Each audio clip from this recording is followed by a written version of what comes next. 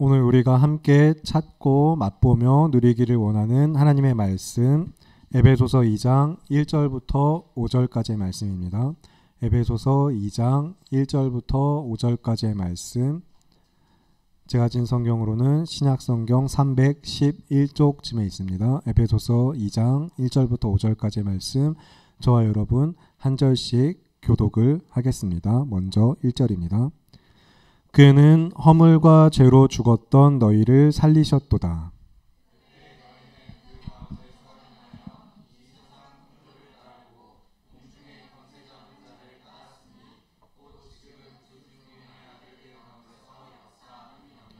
전에는 우리도 다 그 가운데서 우리 육체의 욕심을 따라 지내며 육체와 마음의 원하는 것을 하여 다른 이들과 같이 본질상 진노의 자녀이었더니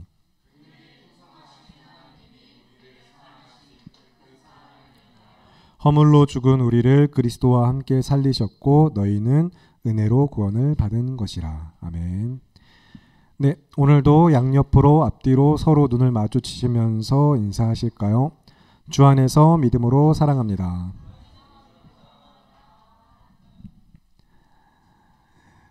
네, 여러분 지난 한 주도 역시 규칙적인 생활을 하시고 적절한 식단 관리와 함께 성실한 운동을 또 힘써 행하시며 그리고 충분한 휴식을 가지셨나요? 지난주 우리가 또 계속해서 내가 그리스도의 몸인 것을 믿으면서 참으로 영적인 건강을 위하여서, 그리고 또 지난 주일엔 특별히 우리가 내가 그리스도의 몸으로서 내 것을 지키는 삶이 아니라 하나님의 것을 지키기 원합니다라고 결단하고 간구하였는데, 그 믿음으로 하나님의 것을 지키는 믿음으로 규칙적인 생활과 적절한 식단 관리와 성실한 운동과 충분한 휴식을 취하셨는지 돌아보시기 바랍니다. 성도로 그리스도 예수 안에서 다시 태어난 사람들은 새로운 삶, 다른 정체성을 가지고 살아가면서 삶의 계획, 인생의 어떻게 보면은 일정들 살아내는 방식이 달라져야 합니다. 지금도 여러분 내일 이제 대열이 출근하려면 몇 시에 일어나니? 주여. 5시 50분보다 좀 일찍 일어나는 분. 난 그거보다 조금 더 일찍 일어난다. 그러면 6시 전에 일어나시는 분들. 좋아요. 7시 전에 일어난다. 거의 상당수 7시에 또 계시고 8시 전? 8시 전? 8시가 지나도 안 일어난다 그럼 하시는 분들은 부러운 사람들, 너무 부러운 사람들. 그렇게 일어나는 이유는, 그것이 습관이 된 이유는 회사에서 그때까지 출근하라고 하니까 하는 거겠죠. 여러분의 삶의 스케줄이 그러면 혹시 직장에 맞춰져 있고 내 인생은 직장을 중심으로 돌아가고 있는 거 아닌가 생각해 보시기 바랍니다. 물론 여러분을 정죄하려고 하는 이야기는 아니고요. 판단하는 이야기도 아니고 많은 사람들이 그렇게 살아가죠. 우리 모두는 그렇게 살고 있습니다. 왜냐하면 어릴 때부터 그렇게 자라왔거든요. 여러분 스스로 유치원 때부터 시작하여서 초등부 시절 때도 그렇고 아침이 되었구나, 내가 오늘도 학교를 갈 시간이 되었구나 하면서 일어나서 스스로 가방을 싸고 밥을 차려 드시고 하신 분들 안 계시죠. 부모님이 일어나 학교 가야지 하면서부터 일어났으니까 우리가 그렇게 학습되어서 자라왔어요. 그리고 그 삶의 습관 그대로 가고 있는 것이죠. 그러면서 그게 내 인생인 줄 알고 있죠. 그러나 그리스도 예수 안에서 다시 태어난 자들이 주일이라는 날을 한 주의 시작으로 여긴다면, 나는 예배하기 위해 어떻게 시간을 들이고 있으며 예배하기 위해 어떻게 살아가고 있으며 아침에 눈을 뜨는 순간부터 저녁에 잠드는 순간까지 하나님의 것을 지키기 위해 하나님의 것으로 살기 위해 어떻게 살고 있는지 돌아보실 수 있길 바랍니다. 그래서 이제 가족장들을 통해서 계속해서 공유하는 내용들, 이제 우리는 연약한 인간입니다라는 책의 내용에서 발췌해서 우리가 계속해서 공동체 안에 생각해 볼 질문과 함께 이번 주 다시 한 번 더 추가적으로 기도에 대한 이야기를, 기도 바이블이라는 캠벨 몰간이 쓴 규장에서 나온 기도 바이블이라는 책이 있어요. 한번 읽어보시면 좋겠고, 거기에 내용에서도 그래서 새벽에 일어나서 기도하는 것만큼 좋은 습관이 없다라고도 권면을 합니다. 그래서 우리가 새벽 기도 이야기가 또 이제 단순히 농경사회의 분위기, 한국만 가지고 있는 특징 그런 것으로 생각할 게 아니라 하루의 시작부터 어떻게 삶을 주님 앞에 드리는가로 생각해 보면서 여러분 기도의 습관화, 영적인 삶을 살아내는 삶의 방식, 태도와 이런 정체성부터 여러분이 다시 정립하실 수 있길 바랍니다.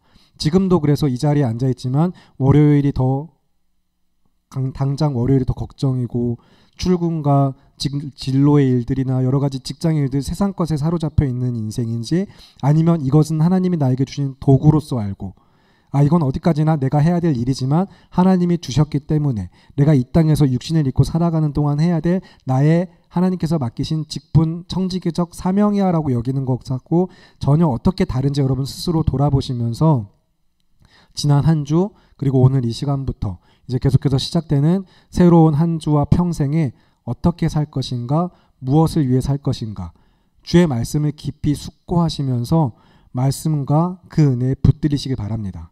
그래서 먼저 첫 번째로 우리가 기억할 것은 허물과 죄로 죽었던 우리를 그리스도 예수 안에서 다시 살리셔서 하나님의 것 삼으셨다라는 것을 여러분이 믿으셔야 합니다.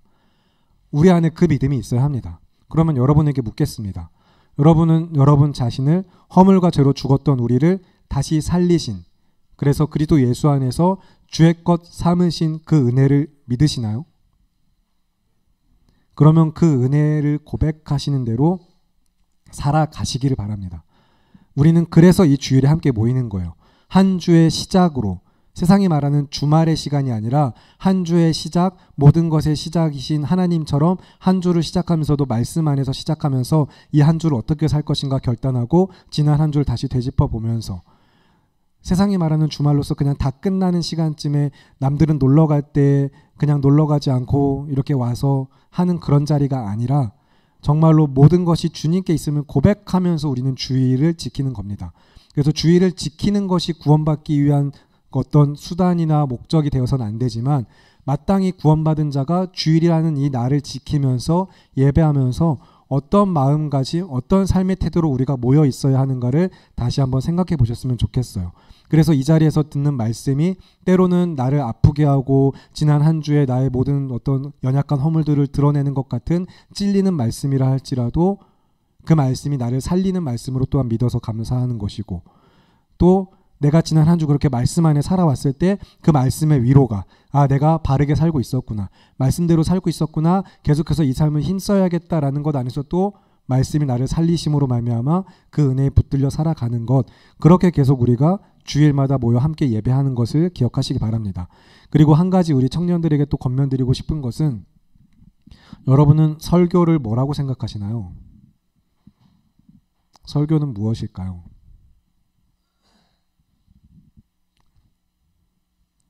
급사 이제 신학대학원이나 이런 신학하는 분들이 해야 될 것 같은 질문과 답을 하고 있는데 어떤 이야기가 나왔길래 이렇게 또 빵 터졌을까요? 잔소리. 좋아요. 잔소리 맞죠? 하나님의 잔소리가 신명기이기도 한데 신이 새로운 신이 아니라 거듭신, 재신자입니다. 그래서 다시 이르신 말씀, 출애굽한 애들이 광야 생활 다 끝난 다음에 얘네가 아직도 정신 못 차리는구나, 맨 처음 줬던 말씀 다시 한번 또 반복해서 주시는 말씀이 신명기이기도 하거든요. 맞아요. 잔소리죠. 근데 여러분 그러면 잘 아시는 대로 부모님이 잔소리는 왜 하시죠? 꼴배기 싫어서. 김기목 전우님을 찾아뵈야 되는. 여러분 아마 잘 되라고 부모님의 마음을 이렇게 잘 대변해서 이야기해 주 좋지만 스스로 이제 알지만 여러분 대답하지 않은 게 있죠. 잔소리를 듣는 이유가 있죠. 안 들으니까, 안 하니까. 말하는 걸 안 들으니까 그 다음에 이어지는 게 잔소리죠. 일어나, 숙제했니? 부터 시작해서 어릴 때부터 시작해서 안 들으면 안 하니까 숙제하라고 했지 하면서 시작되는, 여기서 이제 우리 한 가지 권면드리고 싶은 것은 순종에 대한 권면을 좀 드리고 싶지만 그 이야기는 조금 더 나중에 다시 하고, 설교는 잔소리 좋아요. 그리고 하나님의 말씀을 듣는 시간이고 우리가 함께 말씀 안에서 마음을 하나로 모으는 시간들 여러 가지로 정말 다양하게 여러분 생각하시는 어떤 것이든 다 맞습니다. 제가 어떤 신학적 정의를 다시 이 시간 내리고 설교에 대해서 정의하고자 이런 질문을 드린 건 아니고 한 가지 설교에 여러분이 마음가짐, 예배하는 마음가짐에 있어서 좀 태도와 관점을 달리 하셨으면 하는 게 있어요. 청년부는 그래도 좀 이런 시간들을 갖기 때문에 조금 다르긴 한데 특별히 오늘은 계속해서 처음 시작부터 계속해서 이렇게 주의를 환기시키면서 제가 질문을 던지고 있기 때문에 더욱더 평소보다 집중도가 높은데 설교는 사실 대화입니다. 한 번도 그렇게 생각 안 해보셨을 수도 있겠지만 거의 대부분 그리고 일방적으로 설교자가 앞에서 이야기하는 형태로 이루어지지만 그러나 대화입니다. 여러분의 눈빛, 여러분의 마음, 여러분의 자세 그 안에서 사실 다 응답되어지고 있고 리액션이라고 이야기하는 말 그대로 정말로 반응을 통해서 서로 교류하면서 대화하는 것들이 설교자에겐 특별히 더욱더 잘 체감돼요. 앉아있는 성도들에겐 그것들이 잘 일어나지 않을 때가 많지만 그러나 지금 이 시간에도 그렇고 평소에도 그렇고 주일 청년부 예배에 이 자리에 이렇게 함께해서 예배할 때 저와 대화하고 있는 말씀 안에서 같이 하나님의 대화를 누리고 있는 분들이 있고 그렇지 못한 분들이 보입니다. 그래서 최근 몇 번은 계속 중간중간 뭐 졸리면 일어나서 깨라고도 이야기하고 잠깐 침묵도 하고 그러면서 대화하기 위한 시도들을 조금 했는데 일방적으로 말하고 있지만 지금 여러분의 눈빛으로 다 대답이 되어지고 있고 여러분의 마음속으로 여러분은 각자 정말 그러한가 생각해 보면서 속으로 어떤 생각들을 하면서 따라오셔야 되는 거예요. 그래서 정말로 대화하듯이 호흡하듯이 이루어져야 됩니다. 그런데 그렇지 못하고 있었던 것, 대화가 잘 안 이루어지고 있던 것은 여러분 잘못이 아니고 설교자의 잘못이고 설교자의 그래서 설교가 더욱더 잘 들려지고 대화 가능한 형태로 기도해 주시고 네, 기도해 주시면 되겠습니다. 노력은 계속 하고 있으니까 기도해 주세요. 네. 그래서 지난 여름 수련회 때도 잠깐 이야기 나왔지만 그 질문들 두 번째인가 세 번째 질문이었던 것 같은데 잘 안 들린다고 생각될 때 맞아요. 이제 뭐 담임 목사님 찾아가라고 이야기하긴 했지만 그러나 왜 안 들리지? 이제 그렇게 생각해 보셨으면 좋겠어요. 왜 대화가 잘 안 되지? 서로 대화하는 언어의 방식이나 흐름이 좀 다른가? 내가 대화에 집중하지 못하고 있는 이유는 무엇인가? 왜 나는 지금 이 설교를 따라오지 못하고 듣지 못하는가? 여러분 생각해 보면서 대화하기 위해 어떻게 노력하고 있는가? 여러분 생각해 보시기 바랍니다.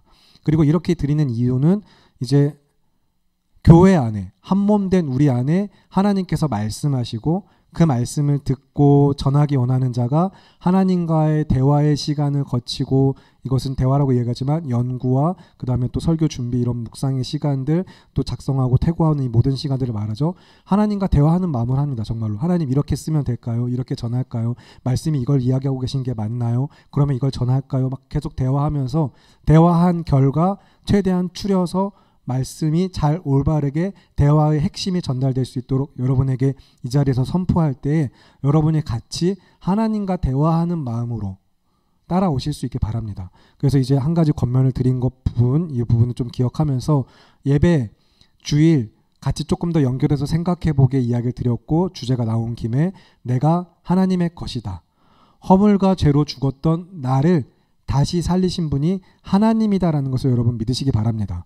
그래서 오늘 설교 제목이 허물과 죄로 죽었던 너희를 이라는 설교 제목에 앞과 뒤에 시작과 끝에 이제 어떤 문장이 어떤 단어가 생략되어 있죠. 먼저 앞에 뭐가 생략되어 있죠. 그러면 네, 여기서 그는 누구입니까? 조금 더 잘 볼까요? 말씀을 잘 보면서 여기서 그가 누구이죠? 우리가 십사 일반적으로 대답하는 부분이긴 한데 그는 허물과 죄로 죽었던 너희를 살리셨도다 하면서 그 이후에 이어지는 말씀을 잘 보시면 네 맞아요. 예수님 그리고 더 본격적으로 우리가 더 이제 같은 삼위 하나님이시지만 하나님으로서 이 하나님께서 일을 행하셨다는 걸 여러분이 고백하셔야 됩니다. 다른 누가 아니라 하나님께서 허물과 죄로 죽었던 너희를 우리입니다. 근데 우리를 그러면 어떻게 하셨죠? 네. 매 주일마다 모든 예배마다 여러분 이 한 문장에서 여러분이 시작할 수 있길 바랍니다. 우리가 예배하고 있는 그는 하나님이시며 그는 허물과 죄로 죽었던 나를 우리를, 너희를 살리신 분이다. 항상 이 한 문장을 가지고 붙들고 여러분이 예배할 수 있게 바랍니다. 그러면 이 자리에 앉아있는 우리의 태도와 보여지는 삶의 자세가 달라지겠죠. 살리심을 입은 자들이 나와서 나를 살리신 분을 예배한다고 이야기할 때, 허물과 죄로부터 죽었던 나를 살리신 그 하나님을 찬양할 때, 그래서 우리는 어떤 마음가짐과 어떤 태도로 예배하고 있는가 다시 돌아보시면서, 그리고 이 주일 예배로부터 공예배로부터 이어져서 하나님의 것을 지키는 삶으로서 매일매일 아침에 눈을 뜨며 오늘 이 하루도 살아있게 하시는 정말 육신의 생명, 새 호흡 주심만 감사할 뿐 아니라 새 사람 되어 살아가게 하신 은혜, 그는 하늘에 계신 그 나의 생명의 주관자 되시는 그 하나님은 허물과 죄로 죽었던 나를 다시 살리신 하나님이시지, 그 하나님이 오늘도 나를 살게 하시는구나. 저녁에 잠자면서 마칠 때에도 그렇게 계속해서 여러분이 하나님 안에서 살아가시는 삶을 힘쓰시는 것이 하나님의 것을 지키는 삶입니다. 누가 주셨으며 왜 주셨고 어떻게 살아야 하는지 여러분 그래서 생각해 보시기 바랍니다. 앞에 맨 처음에 그래서 설교 시작할 때 질문했던 것처럼 출근하기 위해 기본적으로 내 생활 습관과 방식이, 그곳은 돈을 주는 곳이고 세상은 돈이 있어야지 살 수 있으니까 내 삶에 너무 당연하게 모든 인류가 그렇게 살고 있기 때문에 살아가는 그 삶 자체가 그것이 삶이 전부인 것 마냥 살고 있는 그 방식 안에서 벗어나서 부르심을 받은 자들이, 아, 내가 이제 그 세상에서 어떻게 구별된 자인가, 오늘 이 하루도 내가 어떻게 살아갈 것인가 생각해 보시기 바랍니다. 그래서 오늘 이 자리에 우리가 하나님의 것을 지키며 살아간다라고 이야기할 때, 그 삶을 기도할 때 나의 몸, 내게 주어진 모든 것들이 하나님의 것임을 믿으면서 하나님의 뜻대로 사용하였고 사용하고 있는가, 사용 어떻게 해야 되는가 계속해서 수고하고 힘써서 여러분이 돌아보실 수 있게 바랍니다. 오늘 이 예배 자리는 그렇게 모인 자리고, 혹시나 그렇지 못하다 할지라도, 지난 한 주의 삶이 그렇지 못했다 할지라도 오늘 이 자리에 다시 모여서 다시 그래서 또 함께 나를 새롭게 하시는 말씀의 은혜를 힘입어서 오늘 이 자리에서도 그는 허물과 죄로 죽었던 우리를 다시 살리실 것을 믿으시고 하나님을 예배하실 수 있기 바랍니다. 허물과 죄로 죽었던 우리는 다시 살리심을 받았습니다. 그리스도 예수 안에서 하나님으로부터 성령께서 그것을 확증하셨어요. 그래서 에베소서 1장의 앞에 구원론에 대한 기초가 되는 말씀에서는 3절부터 14절까지 말씀에 3절에 이 구원의 은혜 찬양을 선포하고 나서 4절부터 6절까지 하나님, 택하신 하나님을 이야기하고 7절부터 12절까지 속량하신 예수 그리스도를 이야기하면서 13절과 14절에 그것을 인치시는, 보증하시는 성령님을 이야기했었죠. 성부 하나님께서 택하셨고 성자 하나님께서 구속하셔서 그리스도의 것 삼아서 다시 값을 치러주시고 주의 은혜로 그 안에 살게 하신 것 가운데 성령 하나님께서 그것을 보증하고 계신다. 그 은혜의 확신 가운데 그래서 사도 바울이 에베소 교회 성도들에게 너희가 이 하나님을 알길 바란다.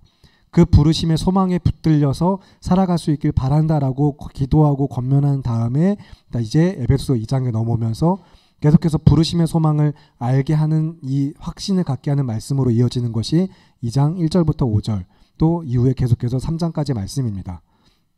여기서 그런데 다시 한번 이제 2장 1절 말씀, 2장 1절의 말씀을 여러분이 한 목소리로 읽어주시기 바랍니다. 시작. 네, 아멘. 여러분이 그렇게 살리심을 받아서 이 자리에 왔어요. 하나님께서 그 일을 행하셨습니다. 여기서 그런데 이제 허물 그리고 죄라는 두 단어가 나와요.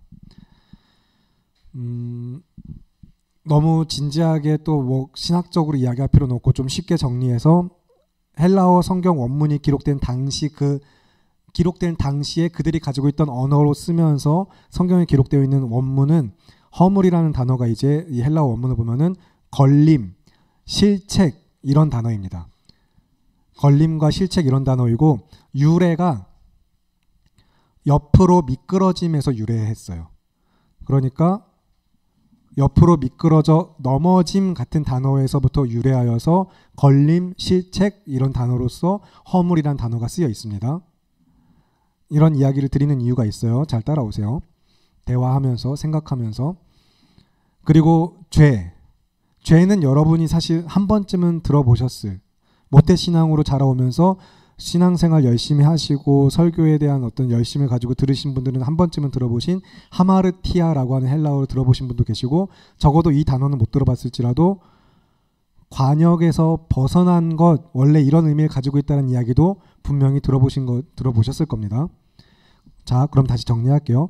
이제 필요하진 않지만 하마르티아 할 때 굉장히 또 열심히 적고 있던 지체들이 있어서, 허물은 파라프토마라고 해요. 파라프토마인데 사실 몰라도 상관없어요. 괜찮아요. 전혀 중요하지 않아요. 따라오면 돼요. 설교를 들으면서 지금 이야기하는 의미를 전달받으면 되는데, 허물과 죄가 그러니까 어떻게 이어져 있는지 여러분 잘 생각해 보세요. 옆으로 미끄러져 넘어져서 관역에서 벗어난 상태, 목적지에 이르지 못하는 상태, 그게 우리들 실체인 것입니다.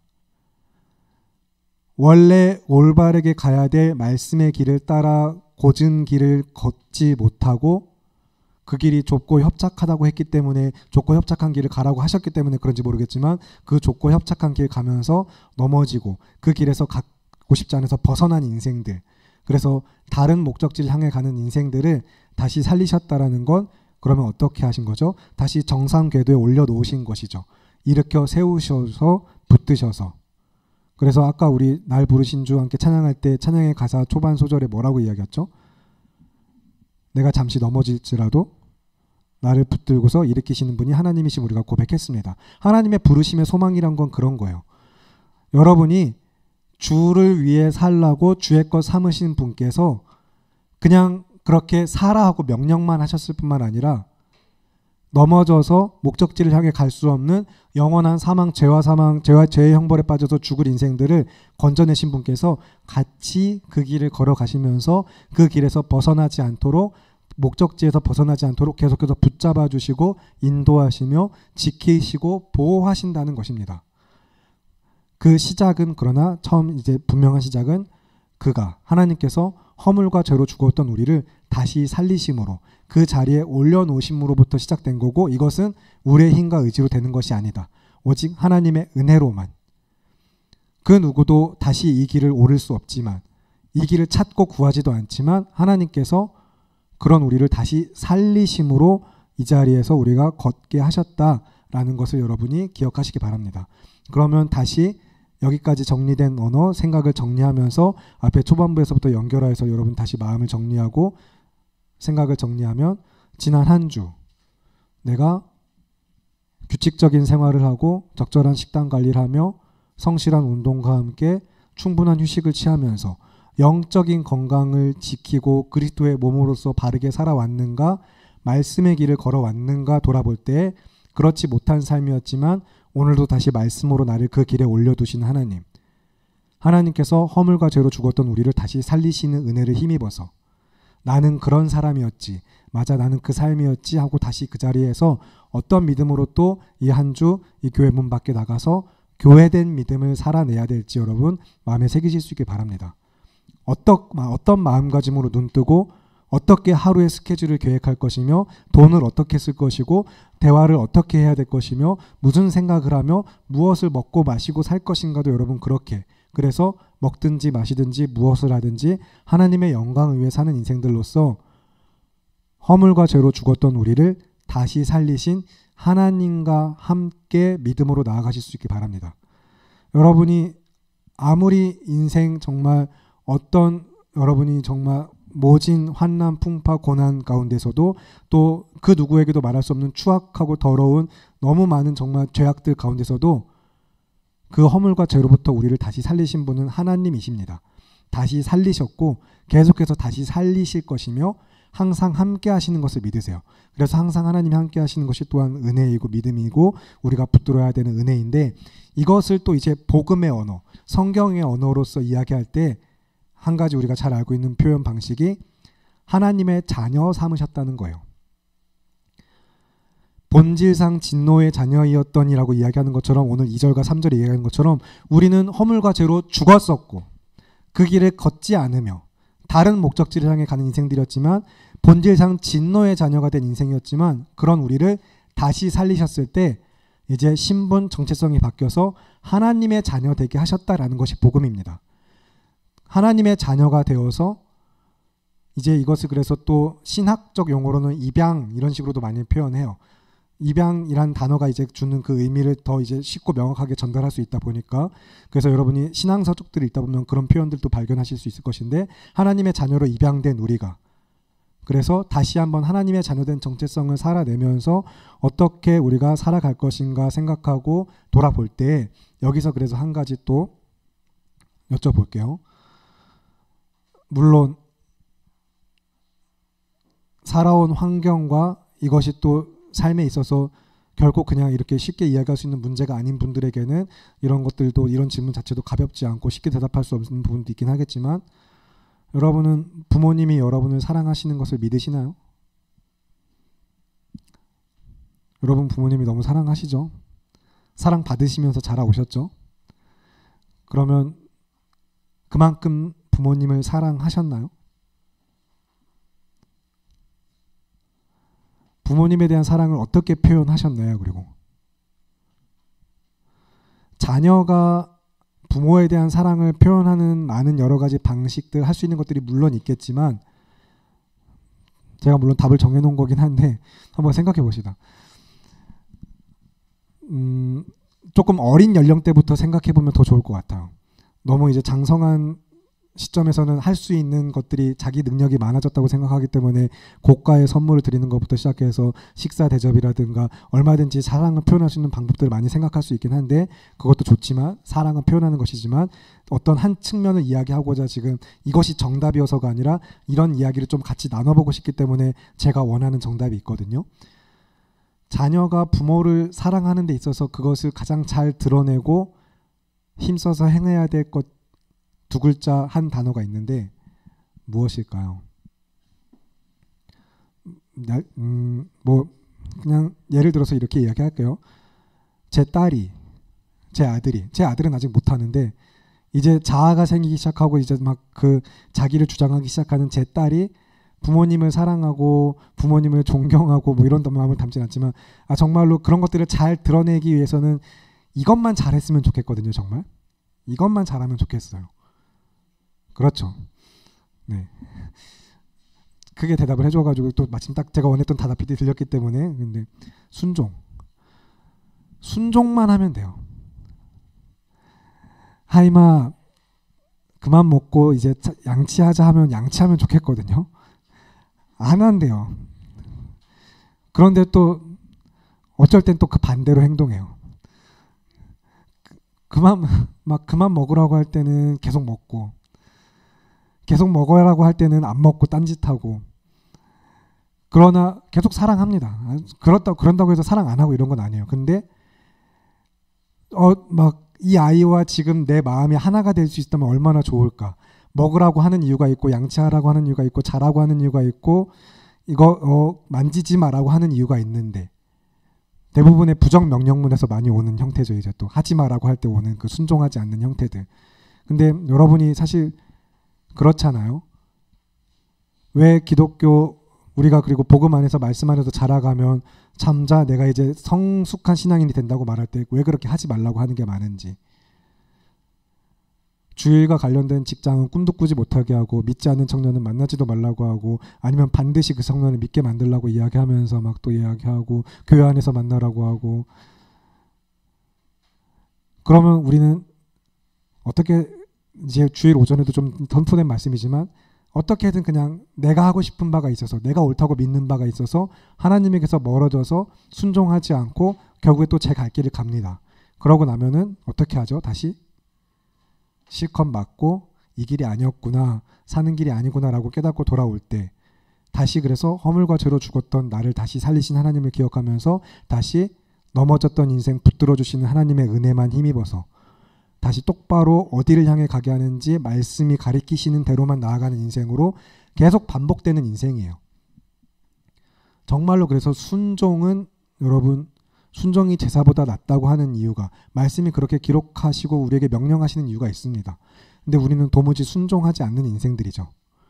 그러나 그런 인생들이 그럼에도 불구하고 순종하여 나온 이 자리, 그리고 순종하여 살아간 삶의 여정 가운데 부딪히고 힘들어서 이제 더 이상 못하겠어라고 포기하고 낙심하게 되는 그 순간에도 다시 우리를 붙들고 우리가 또한 붙들어야 하는 말씀이 무엇인지 여러분, 에베소서 2장 1절부터 10절까지, 이번에는 에베소서 2장 1절부터 10절까지를 한 절씩 교독하시고 마지막은 합독을 하겠습니다. 제가 먼저 1절 읽겠습니다.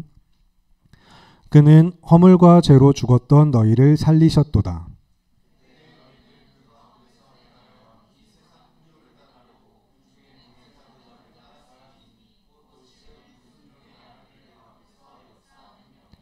전에는 우리도 다 그 가운데서 우리 육체의 욕심을 따라 지내며 육체와 마음의 원하는 것을 하여 다른 이들과 같이 본질상 진노의 자녀이었더니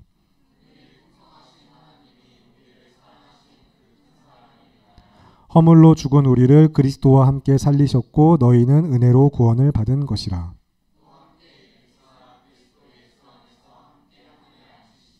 이는 그리스도 예수 안에서 우리에게 자비하심으로써 그 은혜의 지극히 풍성함을 오는 여러 세대에 나타내려 하심이라.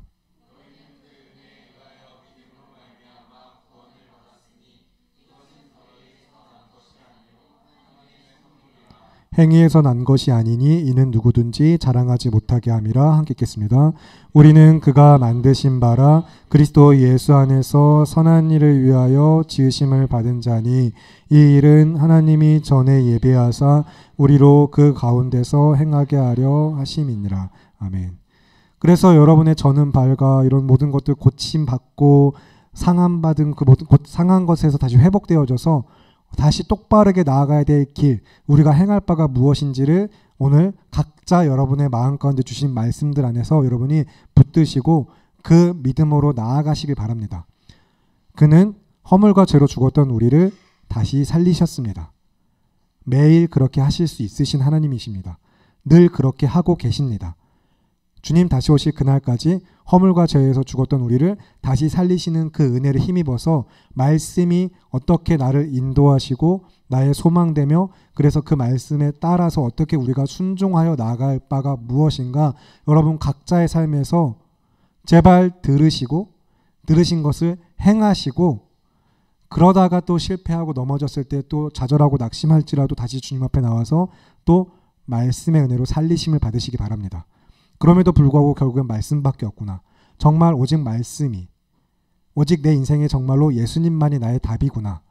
우리는 주를 위해 살고 주로 말미암아 살고 주님만이 나의 전부이구나라는 것을 여러분 오늘 이 시간 예배의 자리에서 마음에 붙드실 수 있길 바라고 모든 예배마다 그 은혜가 확인되길 바랍니다. 은혜는 다른 무엇이 아닙니다.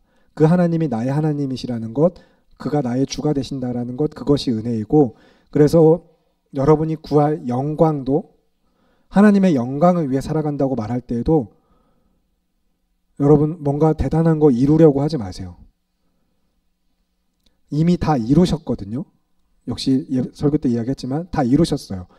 하나님이 받으신 영광은 십자가의 영광 말고 없습니다. 그 십자가의 영광은 이미 우리 삶에 베풀어지고 보여지신 바 주님 다시 오실 그 하나님의 나라의 완성 가운데 이제 완성되겠지만 십자가의 영광은 이미 이루신 영광, 보이신 은혜. 그래서 그것 말고 여러분이 다른 더 어떤 특별히 어떻게 영광 올려드릴 것도 없어요. 십자가의 영광만 바라보고 십자가의 영광만 드러내는 삶이 하나님의 영광을 위해 사는 삶입니다. 여러분이 더 좋은 대학 간다고 더 좋은 직장 얻고 연봉이 올라가고 고가 아파트에 살고 많은 헌금을 하고 수많은 사람을 전도한다고 하나님이 더 영광 받으시는 게 아니에요. 그게 주의 영광을 위해 사는 삶도 아닙니다. 하나님의 영광을 위한 것은 오직 하나, 이 십자가가 더 선명하게 드러나는 것. 그러면 이 십자가가 더욱더 선명하게 드러나게 하기 위해서 어떻게 해야 되겠어요? 오늘도 그 하나님은 허물과 죄로 죽었던 나를 다시 살리셨구나 되뇌이며 그 정체성 아래 살아가는 삶, 그리고 그것을 전하는 삶. 그는 허물과 죄로 죽었던 여러분을 다시 살리셨습니다. 우리를 다시 살렸습니다. 전하는 삶. 이게 성도의 삶이고 우리가 나타내는 하나님의 영광을 위한 삶입니다. 그래서 그 삶을 위해 오늘도 모여 예배하고 그 예배하는 자들이 다시 삶에 나아가 일주일, 일상을 살아낼 때 내게 주신 직장, 가정, 친구, 연인, 모든 과정을 그래서 주신 이가 하나님이신 걸 믿고 하나님 뜻대로 어떻게 살아갈 것인가 여러분 다시 한번 돌아보시면서 말씀의 은혜에 붙들려서 주와 함께 나아가시는 삶이 되시기를 바라고 기도합니다. 여기서 그래서 그 은혜를 권면하면서 다시 한번 말씀으로 여러분에게 도전하고 위로하고 부탁드리는 것은 하나님은 그는 허물과 죄로 죽었던 우리를 다시 살리신 줄을 믿으시고 나아가시는 삶이 되시기를 바라고 기도합니다. 그러면 이 시간 함께 합심하여서 기도하는 시간 갖도록 할 텐데 십자가의 영광만을 바라보며 오직 그의 영광을 나타내는 그 십자가 정말 하나님의 영광이 다른 무엇이 아니라 십자가만 되는 것을 우리가 믿고 따르면서 나아가는 삶 가운데 그것을 몰라서가 아니라 알고도 잘 지키지 못하고 또 힘써 행하면서도 무너지게 되는 이 연약한 인생들 참 쉽지 않은 인생길이지만 믿음으로 사는 것이 점점 더 어려워지는 세상이지만 그럴 때마다 다시 한번 여러분 허물과 죄로 죽었던 우리를 다시 살리시는 그 은혜를 힘입어서 이 시간 간구하실 때 하나님의 말씀이 나를 다시 살리시는 은혜를 맛보기 원합니다 기도하시고 그래서 말씀으로 말미암아 늘 다시 살리심을 입는 우리가 또 그 은혜의 말씀 생명의 복음을 전하는 자가 되기 원합니다. 함께 기도하기 원합니다. 그래서 주일 예배 함께 모인 공동체 안에는 언제나 그 말씀만이 중심되어야 하고 그 말씀으로 살리심을 받은 자들이 또한 말씀을 전하는 자로서 삶에 나아가야 될 것인데 이 시간 함께 주님 앞에 기도하실 때 하나님의 말씀으로부터 살리시는 은혜를 맛보게 하시고 또 살리심을 입은 자가 그 말씀 전하는 자로서 평생에 이 복음 전하는 자로 살게 하십시오라고 간구하는 기도 주여 한번 외치시고 함께 통성으로 기도하겠습니다. 주여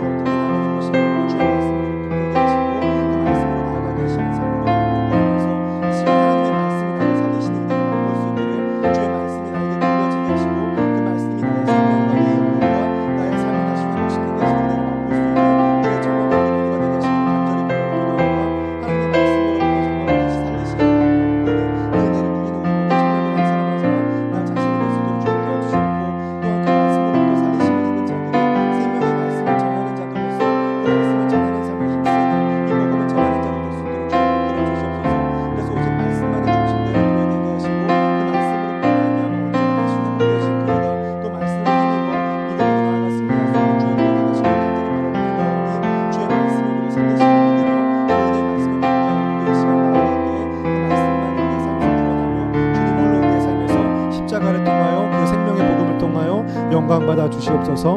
우리와 늘 함께 하심을 믿으며 귀하고 아름다우신 우리 주 예수 그리스도의 이름으로 기도합니다. 아멘.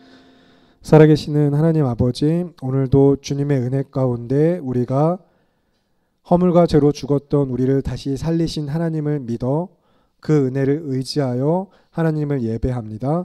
그리고 또 공동체의 나눔을 가집니다. 그리고 계속해서 예배의 삶을 살아가기 원합니다. 우리의 나아가는 모든 삶 가운데 우리가 모든 것이 하나님의 것임을 믿으면서 주님 뜻대로 사용하기 위하여서 부르심의 소망에 합당한 삶, 그 소망을 붙들고 살아가는 삶이 되기 위하여 허물과 죄로 죽었던 우리를 다시 살리신 하나님만 믿게 하시고 말씀을 통하여 회복하고 또한 힘입어 의지하여 나아가는 삶 되게 하시길 간구하며 오늘도 순종의 발걸음으로 나아가는 우리 모두가 될 수 있도록 주님 도와주시옵소서. 우리와 늘 함께 하심을 믿으며 귀하고 아름다우신 우리 주 예수 그리스도의 이름으로 기도합니다. 아멘. 네, 정직이